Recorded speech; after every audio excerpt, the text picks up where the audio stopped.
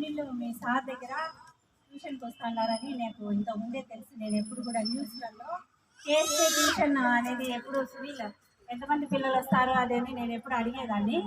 అవును మేడం, మన దగ్గర ఇంతమంది పిల్లలు ట్యూషన్కి వస్తూ ఉంటారని చెప్పడంతో ఈరోజు నేను ఈ విధంగా ఆర్టీసీలో పనిచేస్తానమ్మా. నేను బస్ స్టాండ్ గుత్తి డిపో ఆర్టీసీ ఇన్ఛార్జిని, ట్రాఫిక్ సూపర్వైజరు. నా పేరు రమణమ్మ.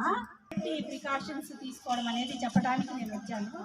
మీరందరూ చిన్నపిల్లలు రోడ్డు క్రాస్ చేస్తుంటారు, చిన్నపిల్లలు ఉన్నారు. మీరు అంతా ఎలా రావాలా ఏమని చిన్న చిన్న కొన్ని విషయాలు అనేటివి నేను చెప్తాను. ఇవి మీరు జాగ్రత్తగా మీ ట్యూషన్కి రావటం కానీ ఇంటికి వెళ్ళేటప్పుడు కానీ ఈ రోడ్డు నియమాలు పాటిస్తూ మీరు జాగ్రత్త అనేది తీసుకోవాలమ్మా. ప్రతి ఒక్కటి ఏంటంటే వెహికల్స్ అనేవి కొన్నిసార్లు స్పీడ్గా వస్తుంటాయి, మనము నడుచుకుంటూ పోతూ ఉంటాం. మీరు చిన్నపిల్లలు నడుస్తూ వెళ్తూ ఉంటారు. రోడ్డు క్రాస్ చేసేటప్పుడు కానీ అటువంటి టైంలో మీరు కొన్ని సేఫ్టీ ప్రికాషన్స్ తీసుకోవాలి. అవి కొన్ని మీరు జాగ్రత్తగా ఉండటం వల్ల మనము అవతలి వాళ్ళు ఇప్పుడు ఒక ప్రమాదం అనేది ఎలా జరుగుతుందంటే అన్ఎక్స్పెక్టెడ్గా అది అనుకోకుండా క్షణంలో జరిగిపోతాడు అనమాట. కళ్ళు మూసి తెరిచేస్తాం ఇంతలోనే. అప్పుడు అది ఎవరిది తప్పు అని మనము దాన్ని డిసైడ్ చేసే పరిస్థితి కూడా ఉండదన్నమాట. అటువంటి సిచ్యుయేషన్లో మనం ఏమవుతామంటే కొన్నిసార్లు అనుకోకుండానే ప్రాణాలు కోల్పోతుంటారు కొంతమంది రోడ్డు దాటే వాళ్ళు ఎవరైనా కానీ. అలా జరగకుండా మీరు ఈ కొన్ని రోడ్డు నియమ నిబంధనలు తెలుసుకొని ఇక్కడ చిన్న పిల్లలు ఉన్నారు చూడండి, మీ పిల్లల్ని కూడా జాగ్రత్తగా మీరు రోడ్డు దాటించుకోవడం కానీ ఇంటికి వెళ్ళటం కానీ ఈ చదువుకోవడం అనేది ట్యూషన్లకు వెళ్ళడం స్కూళ్ళకు వెళ్ళడము ఇటు వెళ్ళేటప్పుడు మీరు ఎక్కడికి వెళ్ళినానో రోడ్డు యొక్క కొన్ని నియమాలు తెలుసుకోవడం అనేది మీ బాధ్యత. ఇప్పుడు చిన్న వయసు కదా, మీరు ఆ రోడ్డు నియమాలు, రోడ్డు ఎక్కడ బండి తోలాలి, ఎక్కడ యూటర్న్లు తీసుకోవాలి, జీబ్రా లైన్స్ అంటే రోడ్డు మీద కొన్ని సిగ్నల్స్ అనేవి ఉంటాయన్నమాట. అవన్నీ పాటిస్తూ డ్రైవ్ చేయాలి. ఇదంతా కూడా చిన్నపిల్లలు అయితే మీరు టూ వీలరు మీరు బైక్ రైడింగ్ చేయకూడదు అనమాట. బైక్ రైడింగ్ చేయాలంటే మినిమం 18 ఏళ్ళు మీకు నిండాలి. తెలుసా మీకు ఆ విషయము? తెలుసా? కాబట్టి మీరు ఇప్పుడు చిన్నపిల్లలు టూ వీలర్ అనేది నడపకూడదు. మీకు 18 ఏళ్ళు వచ్చిన తర్వాతనే నేర్చుకోండి. అది ఎక్కడ మీ అవుట్ సైడ్ గ్రౌండ్లలో కానీ మీరు మైనర్ కింద చాలా ఫేస్ చేయాల్సి వస్తుంది అనమాట. మీ తల్లిదండ్రులు చేయాల్సి వస్తుంది. కొన్ని దురదృష్ట కారణాల వల్ల మనం కూడా ఏదైనా అయినా కూడా చాలా ఇబ్బందులు వస్తాయి. ఒక చిన్న ప్రమాదం వల్ల ఏది నష్టం వచ్చినా మన శరీరంలో మనకు దేవుడు కాళ్ళు ఇచ్చాడు, చేతులు ఇచ్చాడు, ఇవి ఏవి నష్టపోయినా కూడా మనకి ఎంత లోటుపాటు అనేది తర్వాత తెలుస్తుంది. కాబట్టి కొన్ని మనము పాటించాలి. కాబట్టి మీరు చిన్నపిల్లలు 18 ఏళ్ళు వచ్చే వరకు మీరు బైక్ రైడింగ్ రోడ్డు మీద మనకు చెయ్యొద్దు. ఓకేనా? ఇది చిన్నపిల్లలు ఉన్నారు, వీళ్ళు ఏం చేస్తారంటే రోడ్డు క్రాస్ చేస్తూ ఉంటారు. వీళ్ళు రోడ్డు క్రాస్ చేసేటప్పుడు ఎవరో ఒకరు పెద్దవాళ్ళు చేతిలో పట్టుకొని ఉండాలి. వాళ్ళ సొంతం దాటడము అలాంటివి ఇలాంటివి చేయకూడదు. రోడ్డు దాటేటప్పుడు మీరు ఈ రోడ్డు క్రాస్ చేస్తారు కదా, ఆ రోడ్డు క్రాస్ చేసేటప్పుడు అటువైపు ఇటువైపు కొంచెం గమనించుకోవాలి. ఏమా అంటే అటువైపు ఇటువైపు వెహికల్స్ వస్తున్నాయా రాలేదా, మనం రోడ్డు క్రాస్ చేయడానికి వీలుగా పరిస్థితులు ఉన్నాయా లేదా, అంటే ఏదో వెహికల్ వచ్చే లోపల మనం అవతలికి వెళ్తామా వెళ్ళలేమా అనే పరిస్థితి చూసుకొని రోడ్డు క్రాస్ చేయాలమ్మా. అర్థమైందమ్మా? అదొకటి. తర్వాత do not drive road and alight running moving బస్సులు ఎక్కుతారు మీరు అరిగెత్తుతా బస్సు ఒక్కోసారి తప్పిపోతానని రన్నింగ్ చేస్తా ఎక్కుతారు. ఆ పోయే బస్సులు అందుకు ఎక్కడం కానీ దిగటం కానీ చేయకూడదమ్మా. ఆ బస్సు కాకుండా ఇంకో బస్సు ఉంటుంది, ఒక 10 నిమిషాలు వెయిట్ చేయాల్సి వస్తుంది అంతేదా. అలాగని పరిగెత్తా పోయే బస్సులు ఎక్కడము, బస్సు ఒకవేళ మనం స్టేజ్ చెప్తామన్నమాట, వాళ్ళు నిలపలేదనుకో, బస్సులో చేయలేదనుకో, అయ్యో నిలుపుతారు నిలపరా అనే ఉద్దేశంతో రన్నింగ్ బస్సులోంచి దిగడానికి ట్రై చేయటాలు అవి చేయకూడదమ్మా. ఆ కండక్టర్ కానీ ఆ డ్రైవర్ కానీ చెప్పి మా స్టేజ్ ఇదేను దింపాలి, మమ్మల్ని బస్సు నిలబడి అని చెప్పి గట్టిగా దిగాలి. అంతేగాని పోయే బస్సులోంచి ఏదైనా కానీ ఎక్కడం కానీ దిగటం కానీ ఎప్పుడు కూడా చేసుకుంటున్నాను. అర్థమైందా? తర్వాత మన చిన్న చిన్న రోడ్లు ఉంటాయన్నమాట. ఈ రోడ్లలో మనము చిన్నపిల్లలు బయట ఆడుకోవాలి. ఇప్పుడు ప్రతి ఒక్క రోడ్లోనూ వెహికల్స్ ఏవో తిరుగుతుంటాయి. కాబట్టి రోడ్ల మీద పిల్లలు ఆడుకోవాలి అవన్నీ కూడా చేయకూడదమ్మా. ఎవరైనా కానీ చిన్నపిల్లలు మన ఇంట్లో పిల్లలు కానీ ఏమన్నా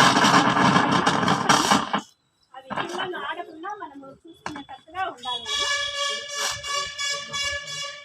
తర్వాత బస్సుల్లో కూడా సీట్లు లేకుండా ఉంది, ఆ బస్సుల్లో నిలబడుకొని కింద పట్టాలు అలాంటివి చేయకుండా ఇంకా సీట్లు ఉన్న బస్సులో ఇంకో బస్సులో ఎక్కిపోదామని అనుకున్నామమ్మా. ఒక 5 minutes లేట్ అయినంత మాత్రాన ఏమీ కాదు, ఓకేనా? అది కూడా పాటించండి. ఎప్పుడు కూడా మీరు రన్నింగ్ బస్సు ఎక్కకూడదు, రన్నింగ్ బస్సు దిగకూడదు. మరి సీట్లు అవైలబుల్ లేని బస్సులు కూడా ఎక్కద్దండి. బస్సులు దండిగా ఉంటాయి. బస్సులు మనం ఎప్పుడు కూడా 15 నిమిషాలకు ఒక ఫ్రీక్వెంట్ బస్సులు పెట్టుకున్నాం. ఎప్పుడు కూడా ఆర్టీసీలో అదొక రూల్.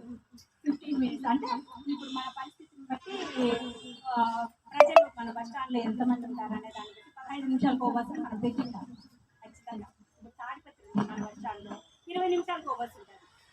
పొద్దున 5 గంటల నుంచి సాయంత్రం 9 గంటల వరకు కూడా మనకు 20 నిమిషాలకు ఒక బస్సు. ఆ బస్సు పరిగెత్తా వెళ్ళిపోయింది అనుకో, దాని ఎంత పడాల్సిన అవసరం లేదు. ఇంకొక 20 నిమిషాలు అటు ఇటు చూసే లోపల మనకి ఇంకో బస్సు పాయింట్ వచ్చేస్తుంది, ఓకేనా? ఎప్పుడైనా కానీ మీరు బస్ స్టాండ్కి వచ్చినా కూడా ఆత్రంగా ఆ విధంగా ఎప్పుడు కూడా చేయొద్దమ్మా, ఓకేనా? తర్వాత ట్రాఫిక్ జంక్షన్స్ ఉంటాయి. మీకు ఆ గాంధీ సర్కిల్ ఉంది కదా, గాంధీ సర్కిల్ లాంటిది జంక్షన్స్ ఉంటాయి అన్నమాట. అటువైపు వెళ్తాయి, ఎటువైపు మార్కెట్ వైపు, గుంతకల్ రోడ్డు వైపు, అటు బస్ స్టాండ్ వైపు, ఇటు ఈ వైపు వస్తూ ఉంటాయి. మీ ట్యూషన్ వైపు అటువైపు మీరు ఆ పక్క నుంచి ఈ పక్క నుంచి రోడ్డు క్రాస్ చేస్తూ వస్తారు. అలా చేసేటప్పుడు ఖచ్చితంగా చూసుకొని అటువైపు ఇటువైపు వెహికల్స్ ఏ వస్తున్నాయి, మనం రోడ్డు క్రాస్ చేయగలమా లేదా, ఇక్కడ టర్న్ తీసుకోగలమా లేదా, అక్కడే యూటర్న్ కూడా వెహికల్స్ కూడా యూటర్న్ తీసుకోవడం కూడా ఉంటుంది అన్నమాట. అవి కూడా మనం చూసుకొని తీసుకోవాలమ్మా. ఇట్లాంటివన్నీ మీరు రోడ్డు యొక్క నియమాలు పాటించాలి. తర్వాత ఇంకా పెడస్ట్రేరియన్స్ అంటారు. మనం రోడ్డు మీద నడుచుకుంటా పోయే వాళ్ళను పాదచారులను పెడస్ట్రేరియన్స్ అంటారు. వాళ్ళకంటే ఒక ప్లేస్ ఉంటుంది రోడ్డు మీద, వెహికల్స్ కాకుండా పెడస్ట్రేరియన్స్ కొంచెం ఫుట్పాత్ లాగా అటు పోయేదానికి మీరు ఎక్కువ ట్రై చేయండి, ఓకేనా? రోడ్డు మీద నడవకుండా సైడ్ ఫుట్పాత్ ఉంటుంది అన్నమాట. దాన్ని పెడస్ట్రేరియన్ నడిచే వాళ్ళ కోసం అటువైపు నడచడానికి కూడా ఎక్కువ ట్రై చేయండి. తర్వాత మనకి ఎక్కువ పార్కింగ్ ఉంటాయి వెహికల్స్, ఏమన్నా మనకి బంగ్లా దగ్గర అక్కడంతా వెహికల్స్, ఆటోలు, ఏమైనా కార్లు కూడా ఒక్కొక్క ఊర్లలో కారు ఏమన్నా అద్దెకు తీసుకునే కార్లు పార్కింగ్ ప్లేస్ ఉంటాయి. బస్ స్టాండ్ ముందర కూడా ఉంటాయి. బస్ స్టాండ్ ముందర వెహికల్స్ అనే కార్లు అన్ని పార్కింగ్. అలాంటి చోట కూడా మనము నిలబడకూడదు. ఆ కారు ఏది ఎగిపోతుందో ఏది చేస్తుందో మనము గమనించిందామన్నమాట. మనం మామూలుగా నిలబడుకున్న వాడు కూడా గమనించుకోండి, ఇక్కడ ఎవరు నిలబడతారు, అలా రివర్స్ తీసుకోవడమో ఏదో ఒకటి జరుగుతాయి అన్నమాట. కాబట్టి పార్కింగ్ ప్లేస్ లో వెరీ ఇంపార్టెంట్ గా మనము అక్కడ నిలబడాలి, అవి ఇవి చేయకూడదు, ఓకేనా? అలాంటివి చూసుకోండి, జంక్షన్లు చూసుకోండి. మరియు పెద్ద పెద్ద సిటీలలో లైట్లు ఉంటాయి వెహికల్స్, మామూలు జంక్షన్లలో లైట్లు పెట్టింటారు. ఆ లైట్ల మీద కూడా మనకు అవగాహన ఉంటాయి. అందులో కూడా మనకు రెడ్ లైట్ ఉంటుంది, గ్రీన్ లైట్ ఉంటుంది, ఎల్లో లైట్ ఉంటుంది. రెడ్ లైట్ అంటే కనుక ఆ వెహికల్ అప్పుడు అటు ముందుకు వెళ్ళకుండా నిలిచిపోవాలని ట్రాఫిక్ సిగ్నల్స్ అనంతపురం వెళ్ళారా, టవర్ క్లాక్ దగ్గర అక్కడ నిలబడి చెప్తా ఉంటారు అన్నమాట పోలీసు వాళ్ళు, ట్రాఫిక్ పోలీసులు. రెడ్ లైట్ పడతానే ఆ సైడ్ ఉన్న వెహికల్స్ అన్ని నిలబడిపోవాలి. 4 వైపులా లైట్లు ఉంటాయి. ఇటువైపు ఉన్న వాళ్ళు ఇంకా ముందుకు వెళ్ళకుండా రెడ్ లైట్ పడతానే నిలబడిపోవాలి. అది గ్రీన్ లైట్ పడతాదనుకో వెళ్ళచ్చు. అప్పుడు వెహికల్స్ వెళ్తాయి కదా అనేసి నడిచే వాళ్ళు రోడ్డు క్రాస్ చేయకూడదు, అర్థమైందా? వెహికల్స్ వచ్చేసి గ్రీన్ లైట్ పడతానే వెళ్ళాలి. కానీ మనం నడిచే వాళ్ళం రోడ్డు క్రాస్ చేస్తాం. మనం ఎప్పుడు క్రాస్ చేయాలి? రెడ్ లైట్ పడినప్పుడే క్రాస్ చేయాలి. రెడ్ లైట్ పడుతుంది అనుకో అప్పుడు మనం వెళ్ళచ్చు, వెహికల్స్ అన్ని నిలబడి ఉంటాయి. ఆ రెడ్ లైట్ మారకముందే మనం రోడ్డు క్రాస్ చేయగలమనే పరిస్థితి ఉంటేనే రోడ్డు క్రాస్ చేయాలి, అర్థమైందమ్మా? ఎక్కడైనా మీరు సిటీలకు వెళ్ళినా కూడా రేపు హైయర్ స్టడీస్కు ఎక్కడికైనా వెళ్తారు, కర్నూలుకో ఇంటర్మీడియట్కో అలా వెళ్ళినప్పుడు కూడా హాలిడేస్ ఇస్తారు. బస్సుల కోసం వాటి కోసం బ్యాగులు పెట్టుకొని పరిగెత్తా రోడ్డు క్రాస్ చేస్తూ ఉంటారు. అటువంటిప్పుడు మీరు రెడ్ లైట్ పడి వెహికల్స్ నిలబడినప్పుడు మీరు రోడ్డు క్రాస్ చేయాలి. గ్రీన్ లైట్ పడిందంటే వెహికల్స్ అన్ని ఇంకా అటు ఇటు పోతాయి, అప్పుడు మనం రోడ్డు క్రాస్ చేయాలి. అలాగే ఎల్లో లైట్ కూడా ఉంటుంది. ఆ ఎల్లో లైట్ ఏంటంటే స్లోగా ఇంకా రెడ్ లైట్ పడుతుంది, ఇంకా రెడ్ లైట్ స్లోగా పడిపోతుంది అనేది ఉంటుంది అనమాట. అంటే ఆ రెడ్ లైట్ పడతాగా అనేది మనకు సూచన ఉంటే కనుక ఆ లోపల క్రాస్ చేయాలని చేతి లేదా యూతలే ఉండాలి. ఆ రెడ్ లైట్ పూరా పడిన తర్వాతనే మనం పోయేదాన్ని ట్రై చేయాలి, అర్థమైందమ్మా? ఇవన్నీ కొన్ని ఇంకా చాలా రోడ్డు లైన్స్ అవన్నీ ఉంటాయన్నమాట. ఇంకా ఒకసారి పెద్ద ఈసారి ఎప్పుడైనా కానీ మీకు వచ్చి నేను ఊరికనే క్లాస్ తీసుకుంటాను. సునీల్ మీ సార్ అడిగేసి ఓకేనా? వేరే క్లాస్ కూడా ఉంది. చిన్న చిన్నగా ఇప్పుడు రోడ్డు క్లాస్ చేసే మీరు ఖచ్చితంగా ఈ చిన్న పిల్లలను